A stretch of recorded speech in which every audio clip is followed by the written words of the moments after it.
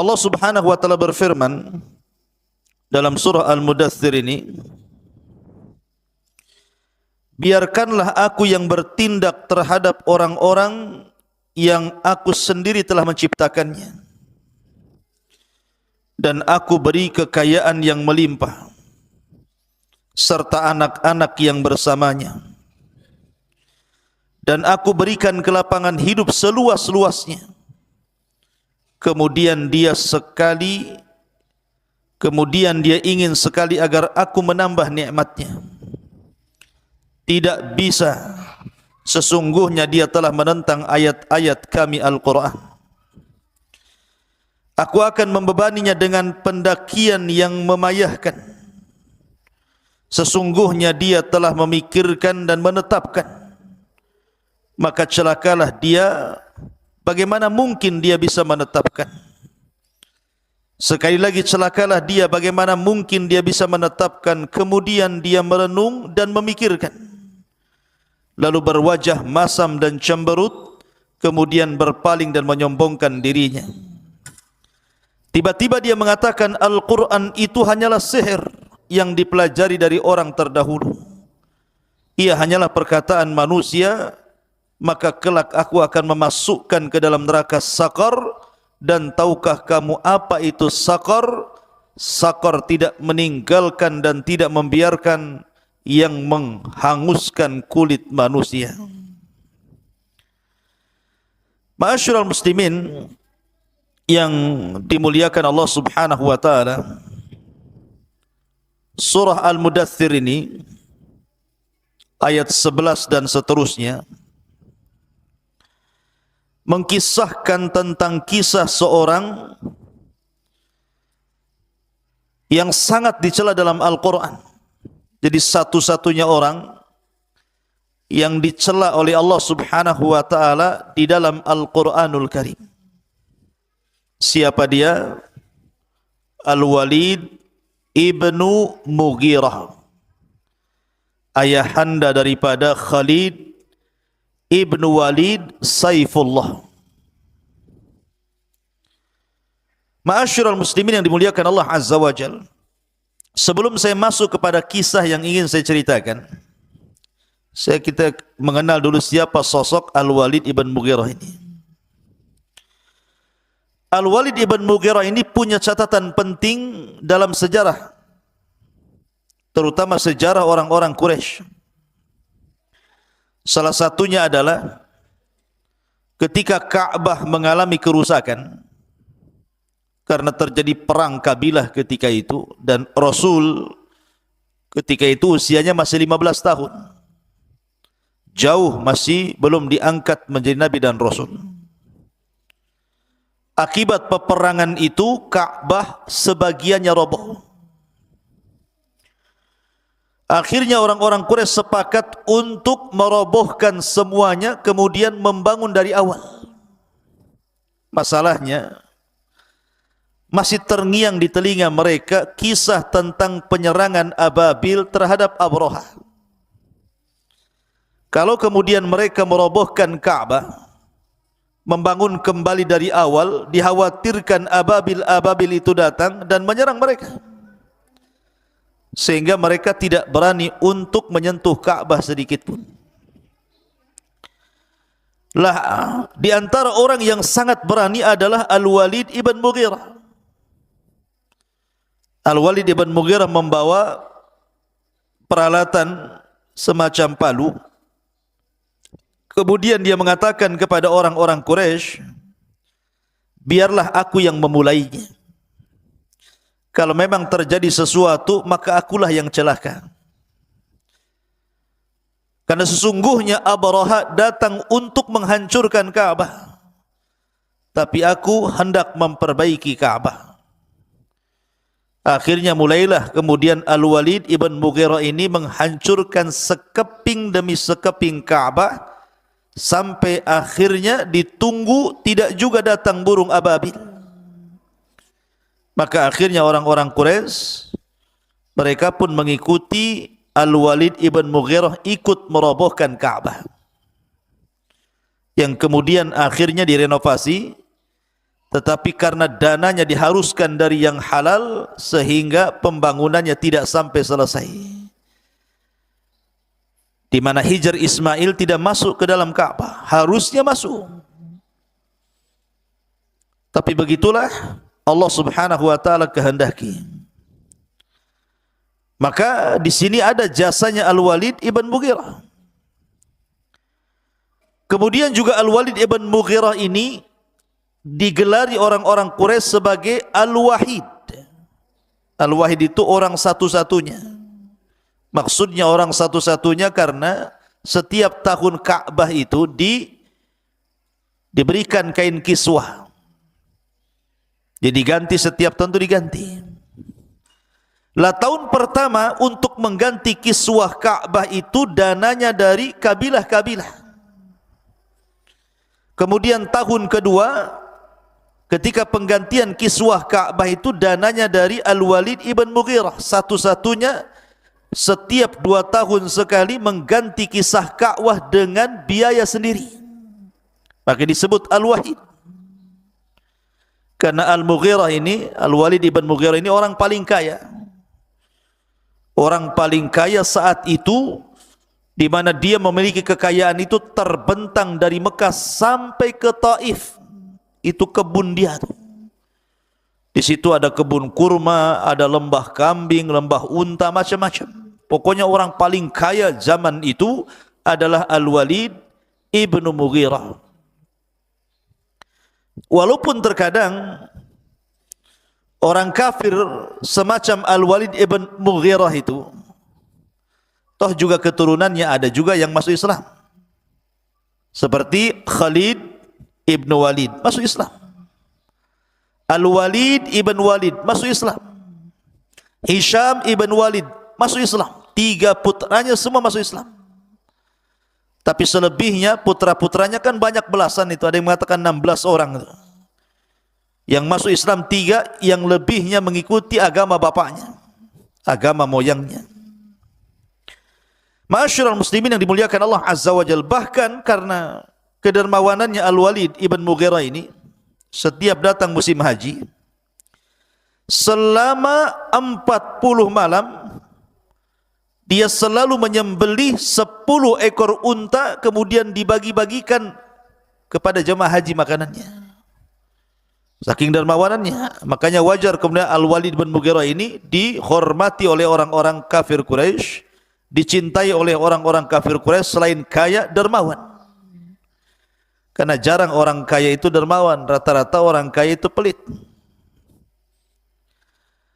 Lah adapun kaitan kisah dengan kisah yang kita bawakan dalam surah Al-Mudaththir ayat 11 itu sampai terakhir, kisahnya seperti ini, ikhwan. Jadi suatu ketika Al-Walid ini datang kepada Abu Bakar Siddiq radhiyallahu anhu.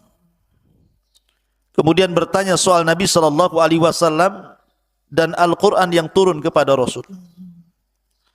Maka Abu Bakar pun kemudian membacakan beberapa ayat Al-Qur'an. Karena Al-Walid seorang penyair pujangga, sehingga dia memuji, tertarik ingin mendengarkan Al-Quran langsung dari Nabi sallallahu alaihi wasallam.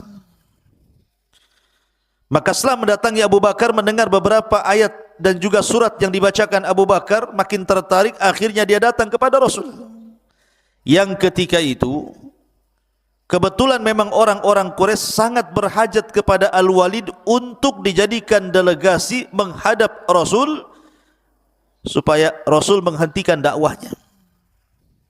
Berangkatlah Al-Walid ibn Mughirah kepada Nabi sallallahu alaihi wasallam.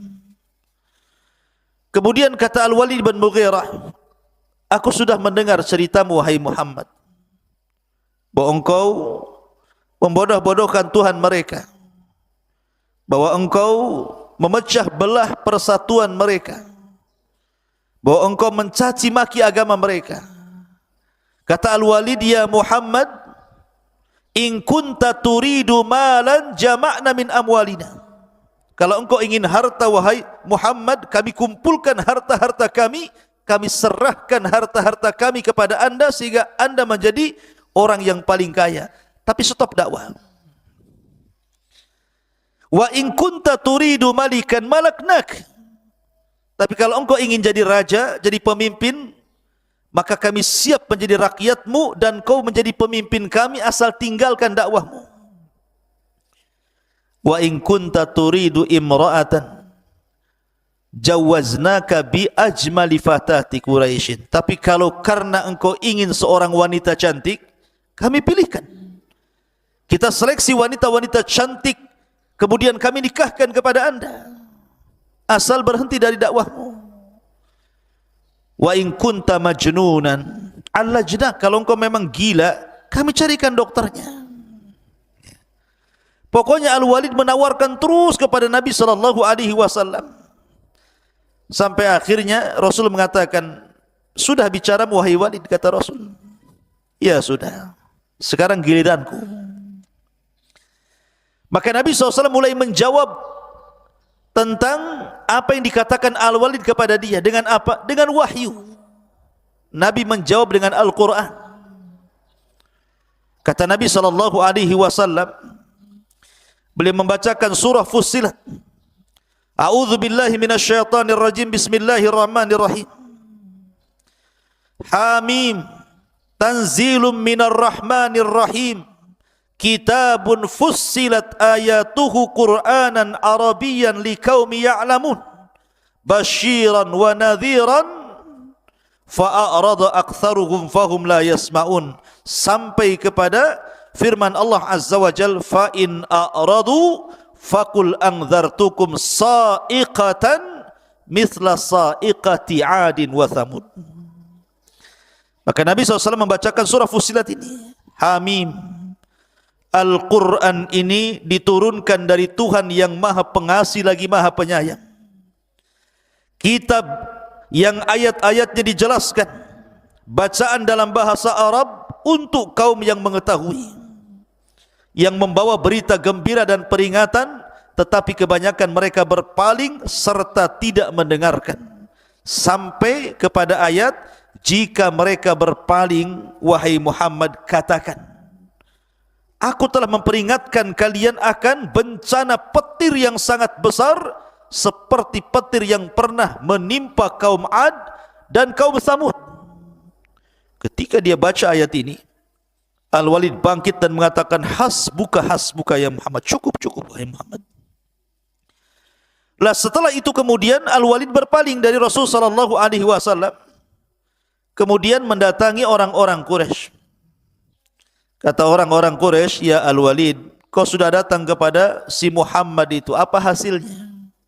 Bagaimana tawarannya? Diterima atau tidak? Apakah dia masih terus melancarkan dakwahnya atau berhenti? Kata Al-Walid ibn Mughirah, dia mengatakan, wa madza aqul? Apa yang harus aku katakan kepada kalian ini? Fa wallahi ma fikum rajulun a'lam bil ash'ari minni wala a'lam bi rijzin wala bi qasidati minni wala bi ash'aril jin. Kata Al-Walid ibn Mughirah, demi Allah, tidak ada di tengah-tengah kalian orang yang lebih memahami syair Arab dibandingkan diriku. Tidak juga mengetahui tentang rajas dan qasidahnya mengungguli diriku. Tapi apa yang diucapkan sampai kepada syair-syair jin, aku pun tahu katanya. Syair jin pun tahu sih Al-Walid ini. Kemudian dia mengatakan, wallahi, demi Allah, ma yushbihu alladhi yaqulu syai'an min hadha. Yang aku dengar dari ucapan Muhammad itu sama sekali tidak ada yang masuk dalam kategori ini. Dia bukan syair, bukan rajaz, bukan qasidah, bukan syair jin. Fa wallahi, demi Allah, dia bersumpah lagi, inna la qawluhu alladhi yaqulu halawa wa inna alaihi la talawa wa innahu la muthmiru a'lahu muddiqu asfalah wa innahu la ya'lu wa ma yu'la wa innahu la yakhtibu ma tahtahu. Demi Allah, apa yang diucapkan si Muhammad itu, maksudnya dari Al-Quran itu, sesuatu yang sangat manis, memiliki kenikmatan saat mendengarnya, bagian atasnya berbuah sementara bagian bawahnya begitu subur. Perkataannya begitu tinggi dan tidak ada yang mengunggulinya serta menghantam apapun yang ada di bawahnya. Malah memuji Rasul.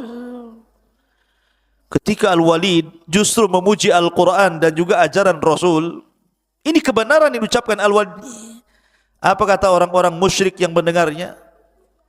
Al-Walid sudah terpengaruh dengan si Muhammad. Dia sudah, jangan-jangan sudah masuk Islam dia. Lah Al-Walid pun kemudian pergi meninggalkan orang-orang Quraisy. Seandainya ketika itu ikhwan, Al-Walid masuk Islam, satu Quraisy masuk Islam. Kenapa? Karena Al-Walid itu tokoh sentral. Yang kedua orang yang paling kaya. Dia bisa berdakwah dengan kekayaannya dan ucapannya didengar masalahnya. Tetapi hidayah itu milik Allah Azza wa Jalla. Orang-orang Quraisy berbisik satu dengan yang lainnya, gimana Al-Walid ini? Begini-begini. Rupanya datanglah Fir'aun yaumadini. Siapa? Abu Jahal. Abu Jahal dengan Al-Walid dengan satu kabilah Bani Makhzum. Kata Abu Jahal, biar si Walid itu saya yang urus katanya. Kenapa dia bisa mengucapkan perkataan seperti itu? Akhirnya kemudian Abu Jahal pun mendatangi rumahnya Al-Walid dengan muka yang masam, dihidangi makanan tidak dimakan, dikasih minum tidak diminum, kemudian seolah-olah wajahnya musam. Kata Al-Walid, ya Abul Hakam, maksudnya Abu Jahal, ada apa dengan kamu?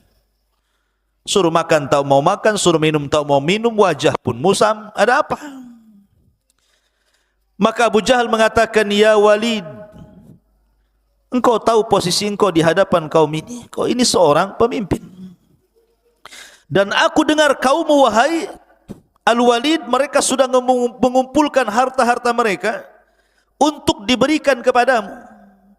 Karena engkau telah datang kepada Abu Bakar dan juga Muhammad, kemudian engkau makan dari makanan keduanya. Padahal engkau tahu bahwa mereka sudah diboikot selama 3 tahun lamanya. Kenapa kau tega makan di rumah Abu Bakar dan juga di rumah Muhammad? Sehingga kaum menganggap engkau ini orang miskin dan mereka mengumpulkan harta untuk memberikan kepadamu. Marah Al-Walid, orang paling kaya digituin. Bangkit dia mengatakan, hei Abul Hakam, kamu tahu tidak ada orang yang paling kaya di Quraisy kecuali saya. Buat apa mereka mengumpulkan harta kemudian diberikan kepadaku? Kata Abul Hakam, begitulah kaummu kepadamu. Mereka hanya menghendaki agar ucapanmu dicabut, kemudian kau mengucapkan sesuatu kebalikan dari apa yang telah kau ucapkan. Akhirnya kemudian kata Al-Walid, kalau gitu kumpulkan semua orang-orang Quraisy.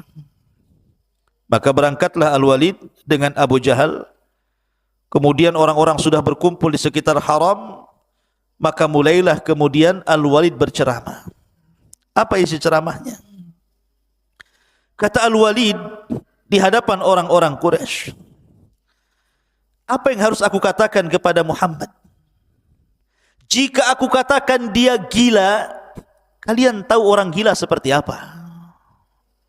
Jika aku katakan dia seorang penyihir, kalian tahu penyihir seperti apa? Jika aku katakan dia seorang penyair, kalian juga tahu siapa penyair itu. Jika aku katakan begini, begitu, begini, begitu, pokoknya panjang lebar. Masih juga Al-Walid itu ketika itu mengucapkan kalimat hak tentang Nabi SAW. Sampai Abu Jahal ini bingung mau berbuat apa gitu kan. Akhirnya kemudian Al-Walid pun pergi meninggalkan orang-orang yang sedang kebingungan dengan ucapannya. Di tengah jalan baru dia berfikir. Disinilah cerita dimulai dalam Al-Quran ini, di mana Allah Subhanahu wa taala berfirman, "Dzarni wa man khalaqtu wahida." Biarkanlah aku yang bertindak terhadap orang yang aku sendiri telah menciptakannya. Wa ja'altu lahu malam mamduda. Aku berikan kekayaan yang melimpah. Bayangkan kekayaan Al-Walid terbentang dari Mekah sampai ke Taif. Itu kekayaan dia semua. Wa banina syuhuda. Anak-anaknya banyak. Ada yang mengatakan 16 orang anaknya itu. Semua sukses. wa mahadtu lahu tamhida, dan aku pun berikan kelapangan seluas-luasnya, mudah untuk mencari rizki. Summa yatma'u an azid, sudah kaya masih juga kurang. Maka Allah mengatakan, kalla innahu kana li ayatina anida, tidak mungkin ku tambah lagi nikmatnya, karena dia telah menentang ayat-ayat kami Al-Quran. Sa'urhikuhu sa'uda, aku akan membebaninya dengan pendakian yang memayahkan. Innahu fakkara wa qaddar. Dari sini mulainya. Jadi habis ceramah Al-Walid ini, kemudian dia pulang. Di tengah jalan dia berpikir, apa tadi yang saya ucapkan? Mulai dia ketakutan. Ketakutan kalau jabatannya akan hilang, pengaruhnya akan hilang, sehingga orang-orang akan meninggalkannya. Summa innahu fakkara wa qaddar, sesungguhnya dia memikirkan dan menetapkan. Fakutila kaifa qaddar, maka celakalah dia, bagaimana dia menetapkan, seolah-olah kalau seandainya kita masuk ke dalam lubuk hati Al-Walid, Al-Walid kebingungan. Kalau saya katakan Muhammad gila, dia kan enggak gila. Kalau saya katakan Muhammad dia penyair, dia bukan penyair. Kalau saya katakan Muhammad ini begini-begini, dia kan enggak begitu-begitu. Bingung dia selama perjalanan itu. Ya. Makanya summa kutila kaifa qaddar summa nazar. Sekali-kali celakalah bagaimana dia bisa menetapkan, kemudian dia mulai merenung. Sambil jalan itu melihat ke atas, melihat ke samping, melihat ke bawah, orang bingung. Summa abasa wa basar, mulailah wajahnya masam, cemberut, ya kan. Ketika sudah hampir sampai di rumahnya, dia berpikir lagi tuh. Akhirnya dia balik lagi ke kaumnya, karena khawatir kan, jabatannya hilang, pengaruhnya hilang tuh. Karena bagaimanapun ucapannya sangat membela Nabi SAW. Tiba-tiba kemudian dia naik lagi ke atas mimbar, kemudian dia mengatakan, faqala in hadza illa sihrun yu'thar, in hadza illa qaulun bashar, katanya. Oh ya, memang Muhammad itu kalau dikatakan gila, dia tidak gila. Kalau dikatakan tukang sihir, dia bukan sihir. Kalau dikatakan begini-begini, dia bukan begini dan begitu. Tetapi dia mengatakan, in hadza illa sihrun yu'thar. Quran yang dibawanya, maksudnya yang dibawa Nabi SAW, adalah mantra-mantra impor dari luar, katanya. Alasannya apa? Karena orang yang masuk Islam itu kan biasanya kalau suaminya masuk Islam, istrinya tidak, maka akan bercerai, berpisah. Sehingga seolah-olah ditasbih dengan sihir. Karena siapapun yang masuk ke agama Rasul pasti akan bercerai-berai. Jadi Quran itu adalah mantra-mantra impor dari luar, katanya. In hadza illa qaulun bashar, dan Quran itu ucapan manusia, bukan dari Allah. Subhanallah. Bayangkan, padahal hidayah sudah masuk tuh ya ke hatinya, membenarkan apa yang diucapkan Nabi SAW, tetapi karena takut ditinggalkan manusia, akhirnya dia pun menanggalkan hidayahnya. Dari sini Allah katakan, sa'uslihi saqar, kalau aku akan memasukkan dia ke neraka saqar. Wa ma adraka mas saqar, dan tahukah kamu itu neraka saqar? La tubki wa la tadhar, neraka itu tidak meninggalkan satu daging pun, satu tulang pun, kecuali akan dibakarnya. Lawahata lil basar, dan akan menghanguskan kulit manusia. Kaedah ahli tafsir mengatakan, siapapun yang dicela dalam Al-Quran, maka dia akan berakhir dengan su'ul khatimah. Siapapun manusia yang dicela dalam Al-Quran, maka akan berakhir dengan su'ul khatimah. Salah satunya Al-Walid ibn Mughirah dicela dalam Al-Quran, bahkan satu-satunya yang dicela dalam Al-Quran. Sampai begitu banyak ayat yang ditunjukkan kepada Al-Walid ibn Mughirah ini. Lihat Abu Lahab dicela dalam Al-Quran, tabbat yada abi lahabin wa tab, mati su'ul khatimah. Lihat Abu Jahal dicela dalam Al-Quran, ara'aita alladhi yanha abdan idha salla, ara'aita in kana 'alal huda aw amara bittaqwa. Ini turun kepada Abu Jahal, dicela dalam Al-Quran. Abu Jahal mati su'ul khatimah. Kemudian di sini Al-Walid dicela dalam Al-Quran, sa'uslihi saqar, kami masukkan dia ke neraka saqar. Maka Al-Walid pun mati dalam kondisi su'ul khatimah. Siapapun yang dicela dalam Al-Quran tidak akan selamat. Tapi lihat orang-orang yang memusuhi Rasul luar biasa dengan tenaga, waktu dan dananya, tapi Quran tidak mencelanya. Belakangan mati husnul khatimah. Seperti siapa? Abu Sufyan. Abu Sufyan ini musuh Rasul. Dia yang memimpin perang Uhud. Bahkan Rasul mengalami kekalahan dan hampir mati. Dia habiskan waktu tenaganya. Tapi Quran tidak membicarakan Abu Sufyan. Belakangan setelah Fathu Mekah, Abu Sufyan masuk Islam dan istrinya Hindun. Bahkan keturunannya menjadi raja pertama dalam Islam, Muawiyah bin Abi Sufyan. Dan itu kaidah Al-Quran. Siapapun yang dicela dalam Al-Quran tidak akan selamat dari hidayah. Tidak akan selamat dari kesesatan dan tidak akan dapat hidayah dan mati su'ul khatimah. Ma'asyiral muslimin yang dimuliakan Allah Azza wa Jal, maka dari kisah Al-Walid ibn Mughirah ini berharganya sebuah hidayah untuk kita pertahankan. Karena Al-Walid ini sama kondisinya dengan Abu Jahal. Sebenarnya ikhwan, Abu Jahal itu tidak mengingkari apa yang dibawa Nabi SAW secara mutlak, tidak. Karena suatu ketika Abu Jahal ini pernah berbincang-bincang dengan Akhnas ibn Syurek al-Thaqafi. Jadi ada seorang yang namanya Akhnas ibn Syurek al-Thaqafi datang ke rumah Abu Jahal, Fir'aunnya umat ini. Kata Akhnas ini, ya Aba Jahlin, kita cuma berdua di rumah ini. Saya ingin tanya bagaimana pendapatmu tentang si Muhammad itu. Maka Abu Jahal tiba-tiba memuji Nabi SAW dan mengatakan, wahai Akhnas, kau sudah tahu orang itu tidak pernah berdusta. Dan apa yang diucapkannya itu sebuah kebenaran.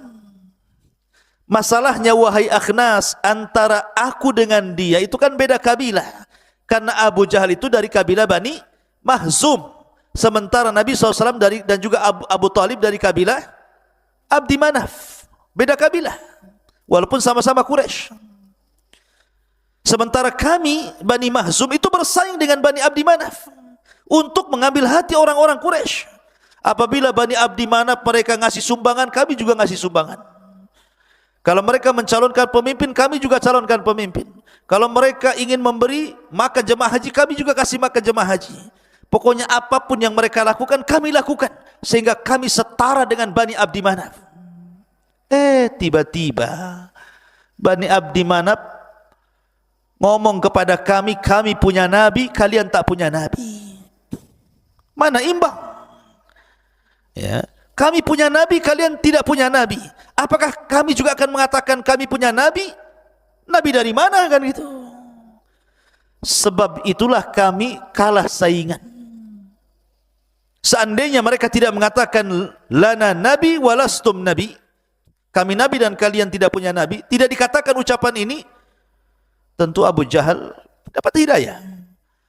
Dari sini menunjukkan salah satu yang menghalangi hidayah itu apa? Karena takabur, kesombongan, hasad dan sombong. Ini kan penyakit hasad nih. Ya. Jadi yang kenapa Abu Jahal tidak masuk Islam? Bukan tidak tahu kebenaran, dia tahu kebenaran. Dia memuji Nabi SAW, tapi karena hasad dan takaburnya dia akhirnya dia tidak masuk Islam. Itu saja sebenarnya masalah dunia. Ya. Makanya penting kalau kita bicara tentang hidayah, terlampau banyak orang-orang yang sudah tahu tentang hidayah tetapi tidak mendapatkan hidayah itu. Makanya kenapa doa Nabi SAW yang diajarkan kepada kita, yang pertama kali kita minta adalah hidayah. Allahumma inna nas'alukal huda wat tuqa wal afafa wal ghina. Pertama hidayah dulu, baru ketakwaan, baru kehormatan, baru kekayaan terakhir. Ma'asyiral muslimin wal muslimat rahimani wa rahimakumullah. Di sini Allah Subhanahu wa taala mengatakan, inna hadainahus sabila, sesungguhnya kami telah menunjukkan kepadanya jalan. Ayat sebelumnya menjelaskan kepada kita tentang proses kejadian manusia. di mana ketika kita berada di dalam janin ibu-ibu kita, Allah Subhanahu wa taala memproses dari segumpal mani kemudian darah sampai menjadi daging dan terbentuk. Kemudian dilahirkan. Setelah dilahirkan inilah Allah Subhanahu wa taala katakan, inna hadainahu sabila, sesungguhnya kami telah menunjukkan kepadanya jalan. Apa yang dimaksud as-sabil dalam ayat ini? Sebagian para ulama maksudnya as-sabil di sini artinya jalan keluar dari rahim seorang ibu menuju dunia saat kelahiran, itu maknanya as-sabil. Dari situlah ada perpindahan alam dari alam janin menuju alam dunia, dari alam yang saya katakan tanpa sebab menjadi alam yang penuh dengan sebab, penuh dengan bahaya. Di sini Allah Subhanahu wa taala banyak memberikan nikmat. Di antaranya Allah Subhanahu wa taala mengatakan, wallahu akhrajakum min butuni ummahatikum la ta'lamuna syai'a wa ja'ala lakumus sam'a wal absara wal af'idah. Allah telah mengeluarkan kalian dari perut ibu-ibu kalian. Saat dikeluarkan Anda tidak mengetahui apapun. Baru kemudian Allah berikan pendengaran, penglihatan, hati dan pikiran. Jadi saat manusia lahir ketika masih bayi, Allah Subhanahu wa taala jaga rizkinya. Dan juga Allah tanamkan kasih sayang seorang ibu dan ayah untuk anaknya. Anda bisa bayangkan, Allah Subhanahu wa taala menyebut kelahiran dan menyusui itu sangat menyusahkan bagi seorang ibu. Apalagi ketika dia hamil, macam mana susahnya seorang ibu hamil itu. Tidak bisa bergerak seperti kita laki-laki bergerak. Makan saja diatur, tidur saja ada posisi khusus. Belum lagi saat melahirkan sakitnya yang luar biasa, terancam nyawa. Tapi kenapa setelah kemudian bayi itu lahir, seorang ibu tidak membencinya, malah justru menyayanginya? Itu adalah rizki dari Allah Subhanahu wa taala. Allah tanamkan perasaan sayang seorang ibu kepada anaknya. Sebab kalau Allah tidak meletakkan rasa sayang, pasti seorang ibu akan timbul kebencian kepada bayinya. Bagaimana menyusahkannya kita ini saat di perut ibu kita. Begitu juga seorang ayah. Bagaimana dia kemudian mencari rizki lelah dan letih siang dan malam hanya untuk menghidupi keluarganya tanpa pamrih. Itu semua adalah nikmat yang Allah anugerahkan kepada kita. Sampai kemudian kita besar, barulah kemudian Allah berikan ilmu pengetahuan dengan wasilah pendengaran, pandangan dan pikiran. Baru kita cerdas. Karena dengan telinga kita bisa menyerap ilmu dengan cara mendengar. Dan dengan melihat kita bisa membaca. Makanya Imam Bukhari saat ditanya tentang kunci memperoleh ilmu itu apa? Apa kata Imam Bukhari? Kathratun nazari ilal kutubi. Banyak memandang kepada kitab-kitab. Maksudnya banyak membaca.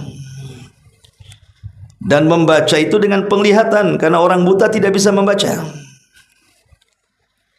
Baru apa yang dibaca itu terpahami dengan hati dan pikiran.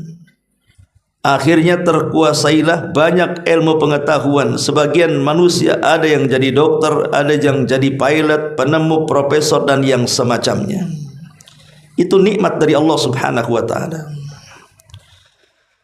Belum nikmat-nikmat yang lainnya. Nikmat secara umum. bagaimana Allah Subhanahu wa taala memberikan 4 nikmat besar bagi manusia. Pertama, nikmat aman. Allah berikan nikmat keamanan kepada kita, terutama kita di negeri kita ini luar biasa aman sekali. Berbeda dengan negeri-negeri yang dilanda dengan peperangan. Kemudian yang kedua, nikmat sehat. Dan nikmat sehat ini nikmat yang luar biasa. Dengan kesehatan kita bisa ibadah. Karena orang sakit itu susah ibadah. Kemudian juga nikmat bagaimana Allah Subhanahu wa taala membimbing kita ke dalam hidayah. Hidayatul Islam. Ini nikmat luar biasa. Dan nikmat di dalam hidayah itu sendiri kita merasakan ketenangan lahir dan batin. Makanya ada sebagian para ulama ketika memberikan tafsiran inna hadainahus sabil. Sabil di sini artinya tariqul haq. Sebagian ulama tafsir maksudnya adalah jalan kebenaran. Allah Subhanahu wa taala sudah memberikan jalan kebenaran dengan cara apa? Diutusnya Rasul kepada kita dan diturunkannya kitab kepada kita. Di mana Rasul sallallahu alaihi wasallam dan Al-Qur'an yang dibawanya sudah disampaikan secara sempurna. Tidak ada satupun jalan menuju surga kecuali sudah dijelaskan. Tidak ada satupun jalan yang bisa menghindarkan dari neraka pun sudah dijelaskan. Masalahnya Allah mengatakan inna hadainahu najdain. Kami sudah berikan kepada kalian 2 pilihan. Ini ada 2 jalan. Yang ini jalan surga, ini jalan ke neraka. Silahkan tinggal pilih. Makanya Allah Subhanahu wa taala mengatakan imma syakiran wa imma kafura. Setelah banyak nikmat yang Allah anugerahkan sejak kita dalam janin, kemudian lahir, kemudian besar-besar, diberikan pandangan, penglihatan, pikiran, mendapatkan kasih sayang orang tua, ayah dan ibu, mendapatkan lingkungan pendidikan dan yang semacamnya. Dan kita mendapatkan arahan-arahan agama. Maka apakah kita setelah itu menjadi orang yang bersyukur ataukah justru menjadi orang yang kufur? Makanya Allah mengatakan imma syakiran wa imma kafura. Karena manusia itu cuma ada 2 kelompok saja. Ada yang bersyukur dengan nikmat-nikmat yang tadi saya sudah jelaskan, ada yang kufur. Ada yang bersyukur, akhirnya kemudian mereka pun diberikan tambahan nikmat oleh Allah Subhanahu wa taala. Ada yang kufur, yang akhirnya dicabut nikmatnya. Lalu seperti apa atau tanda-tanda orang yang bersyukur itu? Ma'asyiral muslimin yang dimuliakan Allah Subhanahu wa taala. Orang yang bersyukur itu mereka orang yang mengetahui bahwa nikmat itu datang dari Allah. Semua yang telah Allah Subhanahu wa taala berikan kepada kita itu, kita harus meyakini nikmat ini berasal dari Allah. Fama bikum min ni'matin faminallah. Semua nikmat yang kita rasakan hari ini itu semua datang dari Allah Subhanahu wa taala. Jangan seperti Qarun yang menasabkan nikmat kepada dirinya dan tidak menasabkan kepada Allah. Innama utituhu min ilmin indi. Kekayaan ini ku dapat karena kecerdasanku, kata Fir'aun. Seolah-olah tidak meyakini Allah yang beri. Akhirnya Allah azab si Qarun ini. Fa khasafna bihi wa bidarihil arda. Kami tenggelamkan dia ke perut bumi dan seluruh kekayaannya. Yang kedua, menggunakan nikmat sesuai dengan kehendak zat yang memberikan nikmat kepada kita. Apa sih yang Allah kehendaki dengan memberikan nikmat kepada kita itu? Itulah yang kita amalkan. Jadi nikmat yang Allah anugerahkan kepada kita harusnya kita jalankan sesuai dengan tujuan yang memberikan nikmat. Apa tujuan Allah? Tujuan Allah wa ma khalaqtul jinna wal insa illa liya'budun. Tidaklah kami ciptakan jin dan manusia kecuali mereka diperintahkan untuk beribadah kepada Allah Azza wa Jalla. Itu tujuannya. Jadi harta yang kita miliki wasilah untuk ibadah. Pangkat jabatan kepemimpinan yang kita kuasai semua wasilah untuk ibadah. Itu semua adalah perahu yang bisa berlayar menuju surga. Kemudian yang ketiga, dengan nikmat yang ada, kita harus bersyukur kepada Allah Subhanahu wa taala dengan cara qanaah. Qanaah itu artinya redha dengan pemberian Allah Subhanahu wa taala. Karena terkadang Allah Subhanahu wa taala itu ketika memberikan rezeki kepada kita setiap harinya atau setiap pekan dan bulannya terkadang berbeda-beda. Begitulah Allah Subhanahu wa taala katakan wa tilkal ayyam nudawiluha bainan nas. Namanya hari itu kan diputar-putar. Kadang hari ini usahanya lancar, kadang besok usahanya tak lancar, kadang hari ini cuacanya bagus, kadang besok pula cuaca tak bagus, dan begitu seterusnya. Kalau kita tidak menghadapi kenyataan seperti ini dengan qanaah, ikhlas dan redha dengan pembagian Allah Azza wa Jalla, maka selamanya kita tidak akan bersyukur. Kalau kita tidak redha dan ikhlas dengan pemberian Allah sedikit ataupun banyak, maka selamanya kita menjadi kufur. Maka alamat syukur nikmat adalah senantiasa qanaah, redha dengan segala bentuk apapun pemberian Allah kepada kita. Kemudian yang keempat, jangan tertipu dengan kekayaan, dengan pangkat dan jabatan. Karena semua adalah titipan dari Allah Subhanahu wa taala. Harta yang kita miliki, badan kita loh, dari kepala sampai kaki juga milik Allah. Lalu apa yang disombongkan di hadapan Allah Subhanahu wa taala? Sombong dengan kekayaan sehingga malas salat, malas puasa, malas umroh, haji dan yang semacamnya. Itu semua adalah kekayaan yang Allah berikan kepada kita supaya kita bersyukur dengan cara membalik nikmat itu dengan beribadah dan mentauhidkan Allah Azza wa Jalla. Kemudian tidak membanding-bandingkan rizki kita dengan rizki orang lain. Jangan bandingkan. Jangan katakan kenapa si fulan sukses, kenapa saya tidak. Kenapa si fulan sehat, kenapa saya tidak. Kenapa si fulan berhasil, kenapa saya tidak. Jangan pernah bandingkan. Karena Allah Subhanahu wa taala ketika menurunkan rezeki kepada kita itu sudah diatur seadil-adilnya. Allah tidak mungkin zalim dengan hambanya. Allah sudah mengatur dengan seadil-adilnya.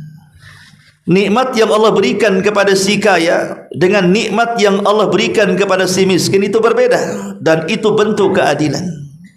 Si kaya nikmatnya lain, si miskin nikmatnya lain.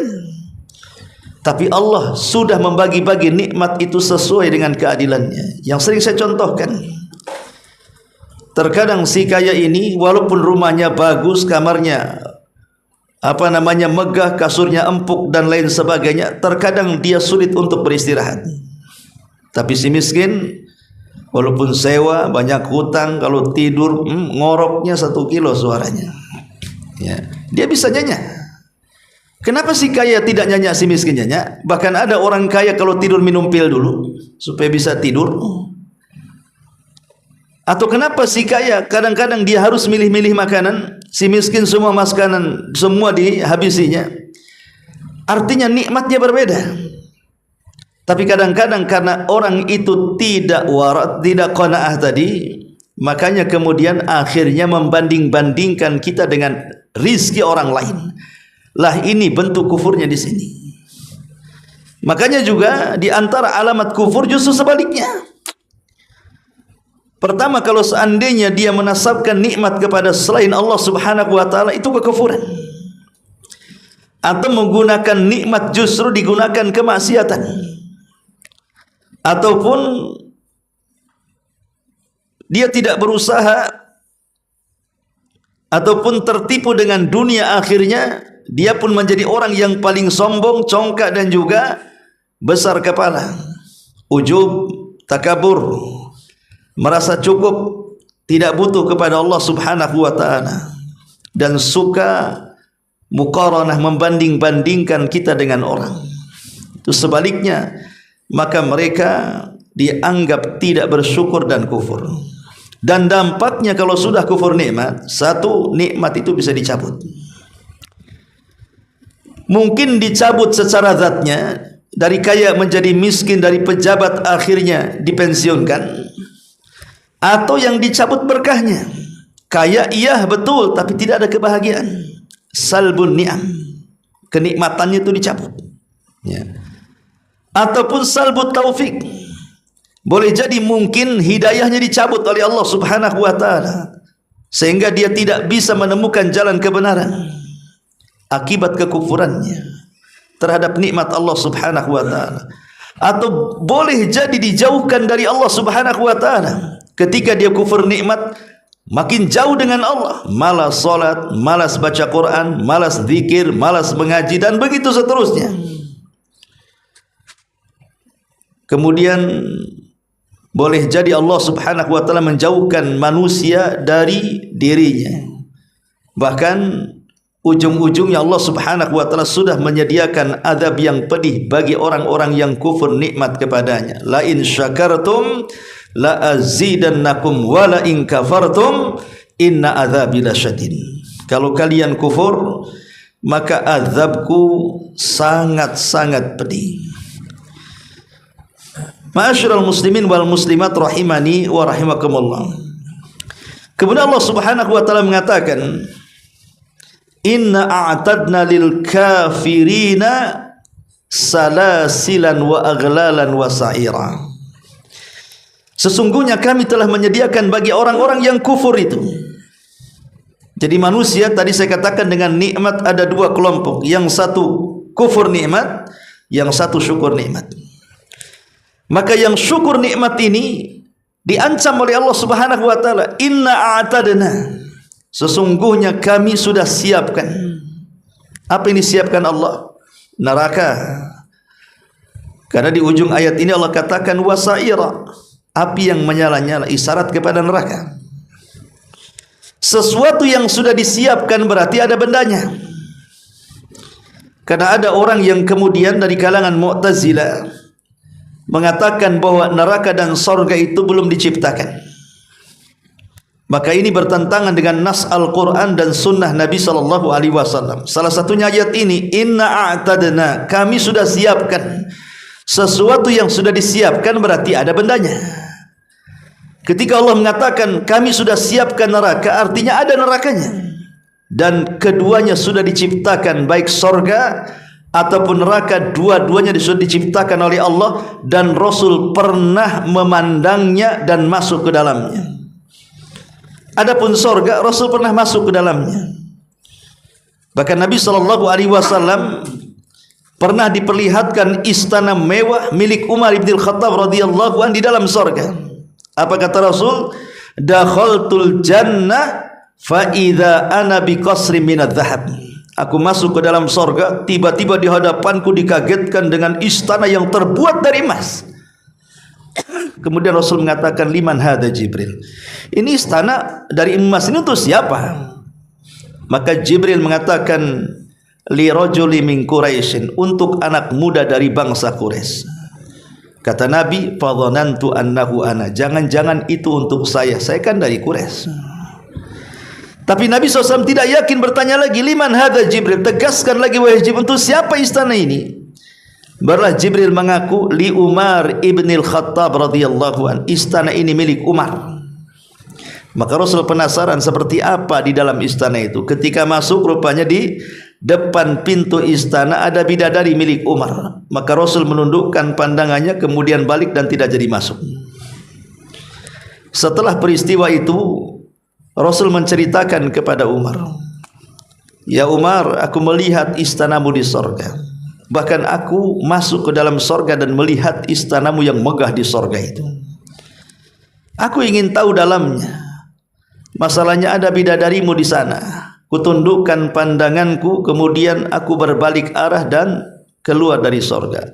Kata Umar, ya Rasulullah, a'agharu alika ya Rasulullah, a'agharu alika ya Rasulullah, apakah harus aku cemburu dengan kamu gara-gara wanita itu? Kenapa kau tidak masuk?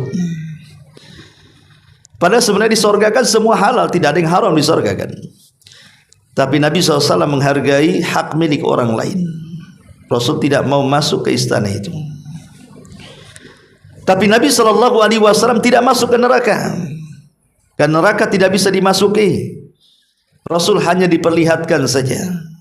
Ittala'tun nar, diperlihatkan kepadaku neraka, fa idza aktsaru ahlihan nisa. Rupanya kebanyakan penduduknya adalah perempuan. Kemudian sahabat bertanya, apakah mereka tidak salat, tidak puasa, tidak zakat, tidak ibadah? Kata Rasul, mereka ahli ibadah. Lalu kenapa mereka lebih banyak masuk neraka dibandingkan surga, wahai Rasul? Mereka tidak kufur kepada Allah, tapi kufur kepada suaminya. Ma'asyiral muslimin, intinya bahwa surga dan neraka itu sudah tercipta. Dan ini bantahan kepada kelompok Mu'tazilah yang mengatakan surga dan neraka itu belum tercipta.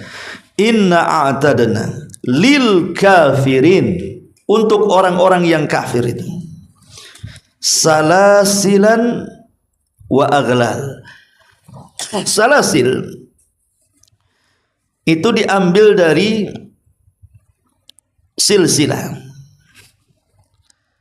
Kita tahu bahwa rantai yang ada di dunia yang digunakan untuk penjahat paling tinggi dirantaikan di kaki, atau di kedua kaki, atau di kaki satu kemudian satunya nyambung ke kaki orang,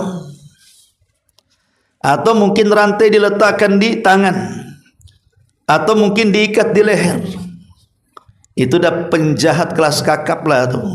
Kalau sudah rantai di leher, diikatkan ke tangan, disambungkan ke kaki sehingga susah jalan, itu dah penjahat kelas kakap mungkin itu. Tapi itu rantai di dunia bagi para penjahat. Tapi silsilah di akhirat, rantai di akhirat itu bukan diikatkan di kedua tangan atau kedua kaki atau leher, tapi dimasukkan lewat lubang mulut, kemudian dikeluarkan lewat lubang dubur. Anda bisa bayangkan rantai neraka itu masuk dari mulut, keluar dari lubang dubur, panjangnya sab'una dhira'an, 70 hasta.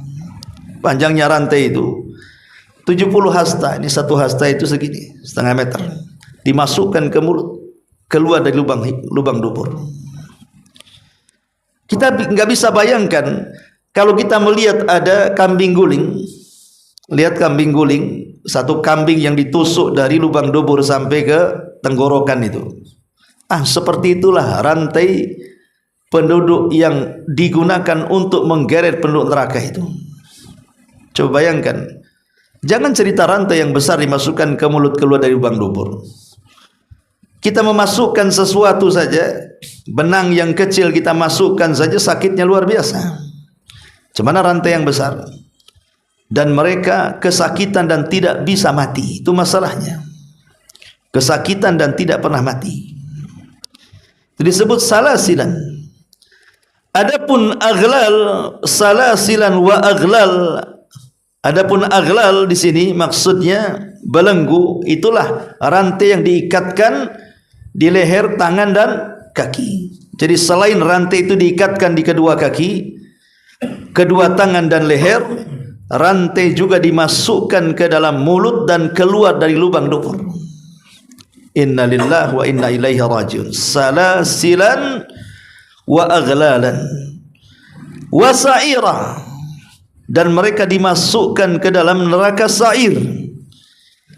Neraka sa'ir disebut sa'ir karena apinya menyala-nyala. Apinya itu menyambar-nyambar. Ada yang mengatakan bahwa sa'ir adalah api yang dinyalakan oleh Allah Subhanahu wa taala yang bisa membakar kulit dan daging-daging penuh neraka. Dan itu disyaratkan di dalam surah An-Nisa, kullama nadijat juluduhum baddalnahum juludan ghairaha liyadhuqul adzab. Setiap kulit mereka terbakar, hangus habis dengan daging-dagingnya, maka kami akan gantikan daging dan kulitnya dengan daging dan kulit yang baru. Kemudian dibakar lagi, kesakitan lagi. Kemudian setelah terbakar habis, dagingnya juga habis, digantikan dengan kulit dan daging yang baru. Begitulah Allah siksa penduduk neraka hatta liyadzuqul adzab, supaya mereka merasakan azab Allah Subhanahu wa taala. Itulah neraka sa'ir. Kalau sudah mengejar dan membakar, bisa mengelupaskan kulit dari badan kita. Naudzubillah. Ma'asyiral muslimin yang dimuliakan Allah Subhanahu wa taala. Neraka sa'ir ini untuk siapa? Neraka yang menyala-nyala, yang apinya mengejar-ngejar itu. Disebutkan di beberapa ayat dalam Al-Qur'an. Pertama surah Al-Mulk ayat 10. Allah Subhanahu wa taala mengatakan wa qalu law kunna nasma'u aw na'qil ma kunna fi ashabis sa'ir. Kalau dahulu di dunia kami mendengar dan berakal, tentu kami tidak akan menjadi penduduk neraka sa'ir. Jadi orang-orang yang saat di dunia punya pendengaran tapi tidak digunakan untuk mendengar hal-hal yang baik, punya pikiran tapi tidak berfikir untuk hal-hal yang positif, maka mereka akan menyesal di akhirat, karena mereka akan dimasukkan ke neraka sa'ir. Ataupun orang-orang yang mereka memakan harta anak yatim. Allah mengatakan innal ladzina ya'kuluna amwalal yatama zulman innama ya'kuluna fi butunihim naran wa sayaslawna sa'ira.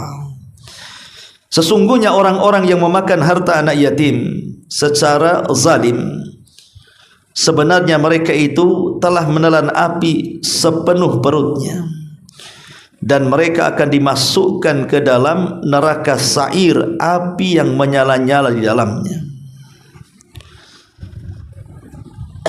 Ataupun orang-orang yang akan dimasukkan ke neraka sa'ir, disebutkan juga di dalam Al-Quran surah Al-Isra ayat 97.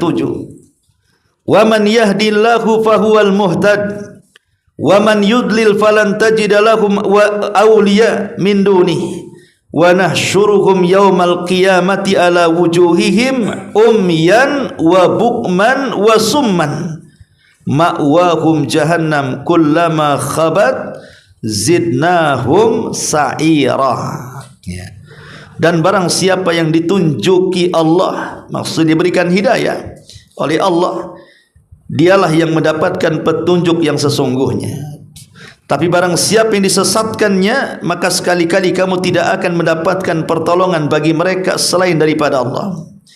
Dan kami akan mengumpulkan mereka pada hari kiamat, diseret atas muka-muka mereka dalam keadaan buta, bisu, peka. Tempat kediaman mereka adalah neraka jahanam. Tiap-tiap kali nyala api jahanam itu akan padam, kami tambah lagi bagi mereka nyalanya. Artinya sa'ir. Sa'ir itu artinya api yang menyala-nyalanya akan dihidupkan kembali dan menyambar lagi mereka. Jadi orang-orang yang memilih kesesatan dibandingkan petunjuk, maka mereka akan dimasukkan ke dalam neraka sa'ir. Termasuk orang yang mendustakan hari kiamat. Allah mengatakan dalam surah Al-Furqan ayat 11, bal kadzabu bis-sa'ati wa a'tadna liman kadzdzaba bis-sa'ati sa'ira. Bahkan mereka mendustakan hari kiamat, dan kami menyediakan neraka yang menyala-nyala atau neraka sa'ir bagi siapa yang mendustakan hari kiamat. Begitu juga orang-orang yang suka mengikuti tradisi nenek moyang dan menentang ajaran Islam. Maka Allah mengatakan dalam surah Luqman 21, wa idza qila lahum ittabi'u ma anzalallah qalu bal nattabi'u ma wajadna 'alaihi aba'ana awalau kana syaitan yad'uhum ila adzabis sa'ir. Ya. Dan apabila dikatakan kepada mereka, ikutilah apa yang diturunkan Allah, mereka menjawab, tidak, tapi kami hanya mengikuti apa yang kami dapati dari bapa dan nenek moyang kami telah mengajarkannya. Dan apakah mereka akan mengikuti bapa mereka walaupun setan itu menyeru mereka ke dalam siksa api neraka sa'ir. Jadi orang-orang yang mereka tidak mau taubat, mengikuti apa yang diturunkan Allah dan Rasulnya, lebih memilih ajaran nenek moyang yang sesat, maka mereka terancam dengan neraka sa'ir. Ma'asyiral muslimin wal muslimat rahimani wa rahimakumullah, termasuk juga orang yang mengikuti langkah-langkah setan. Allah mengatakan dalam surah Fatir ayat 6, "Inna syaitana lakum aduun fattakhiduhu aduwa, innama yad'u hizbahu liyakunu min ashabis sa'ir." Sesungguhnya setan itu adalah musuh bagimu, maka anggaplah ia musuh untukmu. Karena sesungguhnya setan-setan itu hanya mengajak golongannya supaya mereka menjadi para penghuni neraka sa'ir. Termasuk juga orang-orang yang tidak beriman kepada Allah dan Rasulnya. Allah mengatakan dalam surah Al-Fath 13, "Wa man lam yu'min billahi wa rasulihi fa inna a'tadna lil kafirina sa'ira." Dan sesiapa yang tidak beriman kepada Allah dan Rasulnya, maka sesungguhnya kami menyediakan untuk orang-orang kafir itu neraka sa'ir, neraka yang menyala-nyala. Termasuk juga mereka yang suka percaya dengan para dukun, paranormal, peramal dan yang semacamnya. Karena sesungguhnya referensi mereka para dukun, paranormal, para peramal itu adalah syaitan dari kalangan jin. Dan Allah Subhanahu wa taala sudah melempari mereka dengan meteor saat mereka mencuri dengar. Allah mengatakan, "Walaqad zayyana as-samaa'a ad-dunya bimasabiha wa ja'alnaha rujuman lisyayatin wa a'tadna lahum adzabas sa'ir." Sungguhnya kami telah menghiasi langit yang dekat dengan bintang-bintang, dan kami jadikan bintang-bintang itu alat pelempar setan, dan kami sediakan bagi mereka neraka sa'ir yang menyala-nyala. Ma'asyiral muslimin yang dimuliakan Allah Azza wa Jalla, intinya bahwa sa'ir adalah nama dari nama-nama neraka yang diperuntukkan untuk orang-orang kafir dan orang-orang yang melakukan maksiat tertentu. Maka Allah Subhanahu wa taala akan khususkan nerakanya neraka sa'ir. Sama dengan sakor untuk orang-orang yang tidak pernah salat. Ketika Allah mengatakan masalakakum fi sakor, kenapa engkau bisa masuk neraka sakor?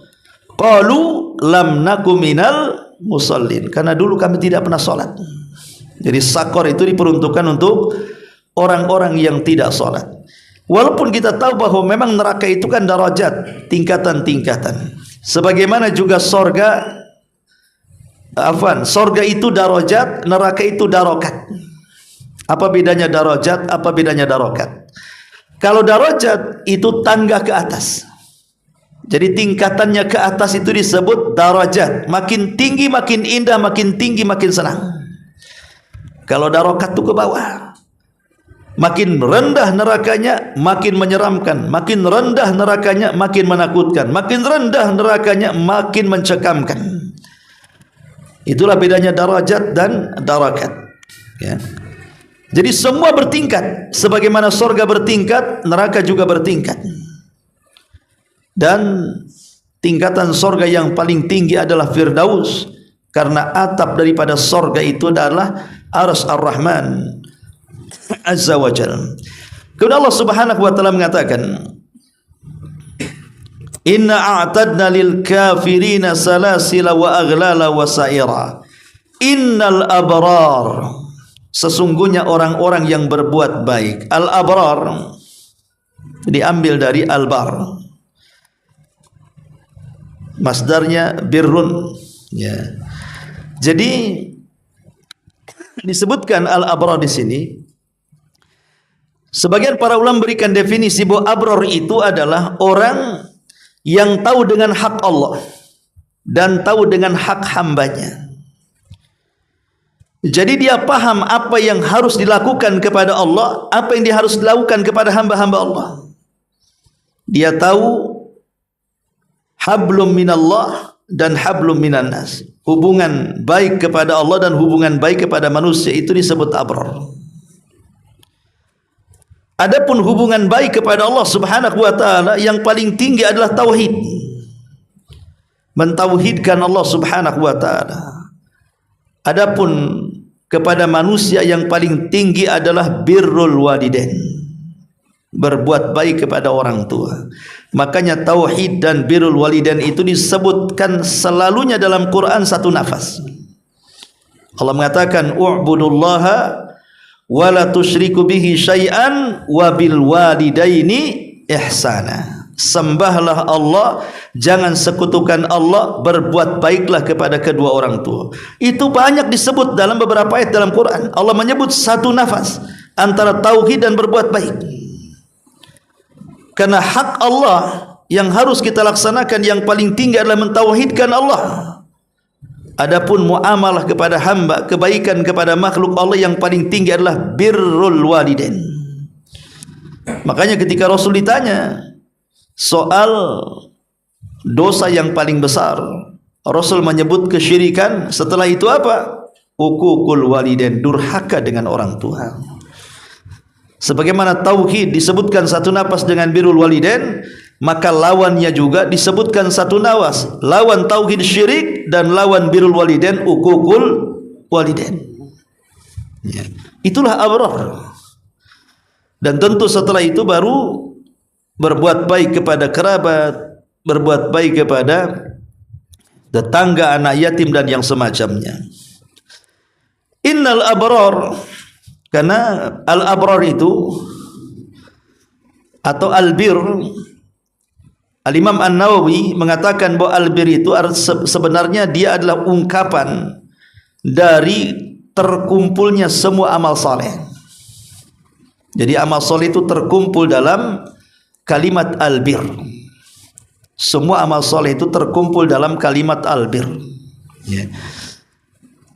Lah innal abrar, orang-orang yang al-abrar, orang-orang yang berbuat baik itu, baik dia hubungannya baik dengan Allah atau baik dia berhubungan baik dengan manusia, Allah berikan pahala. Berupa apa?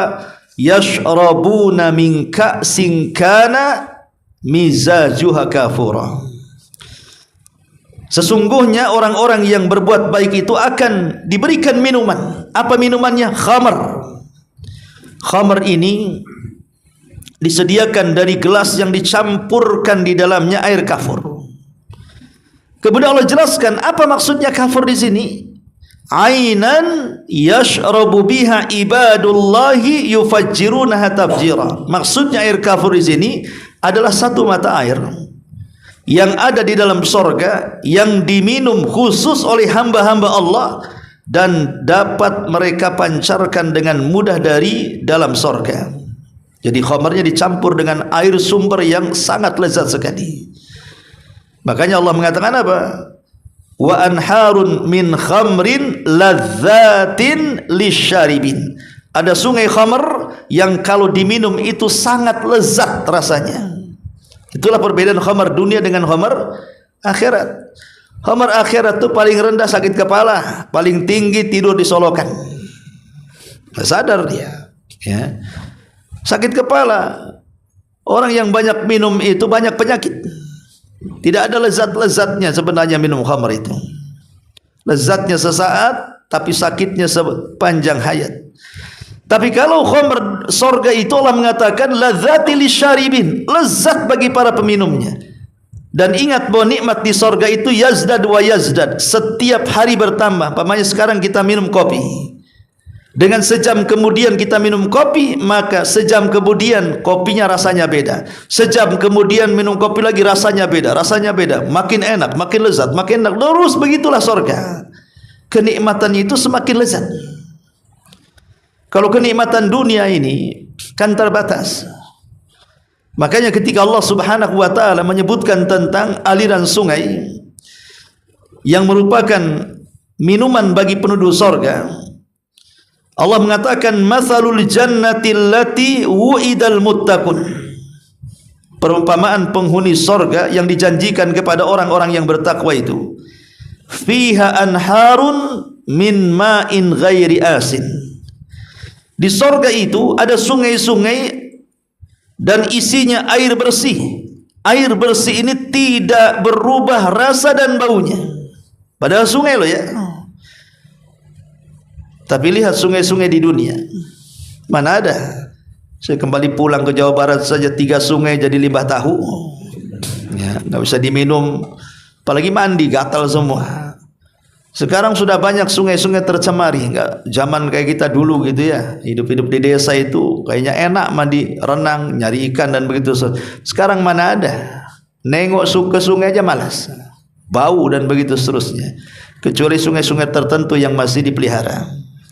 Tapi di sorga itu dia tidak akan berubah seperti itu saja. Ya. Kemudian Allah mengatakan wa anharun min labanin lam yataghayyar ta'mu. Kemudian di sana ada sungai-sungai terbuat dari susu. Anehnya sungai-sungai susu ini tidak berubah rasanya sedikit pun. Antum kalau nuang susu hari ini diminum bulan depan mencret enggak tuh? Nuangkannya hari ini, biarkan 1 bulan, minum bulan depan, ya pasti penyakit kan itu, jadi racun. Tapi di sorga itu lam yataghayyar ta'mu, anehnya tidak berubah. Itulah hebatnya. Kemudian Allah mengatakan wa anharu min asalim musaffa, bahkan ada sungai-sungai dari madu yang disaring. Itulah bedanya madu dunia dengan madu akhirat. Madu dunia ini subhanallah kadang-kadang harus berperang dengan tawon dulu, kemudian diperas dulu, disuling dulu, baru jadi madu. Di sana sudah siap minum, bukan keluar dari dubur tawon, tidak. Memang betul-betul sudah disediakan sungainya, sangat jernih. Kemudian yang terakhir ini pembahasannya wa anharun min khamrin, dan ada sungai yang terbuat dari khamr. Ladzati lisyaribin, subhanallah, lezat bagi para peminumnya. Lezat bagi para peminumnya. Itu yang dikatakan di sini bahwa mereka akan minum di sorga itu. Disebutkan salah satunya di sini khamr yang dicampur dengan air kafur. Ma'asyiral muslimin yang dimuliakan Allah Subhanahu wa taala, tentu minuman dan makanan di sorga itu kita dapati karena amal yang sudah kita amalkan di dunia.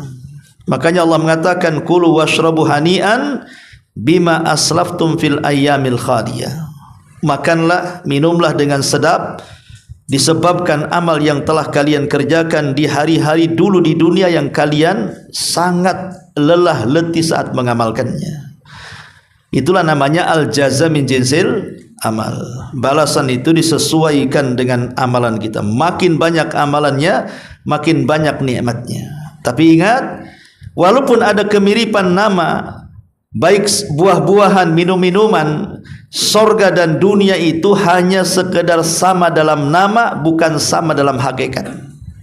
Kata Abdullah ibn Abbas radhiyallahu anhuma, persamaan sorga dan dunia itu hanya di nama, bukan di hakikat.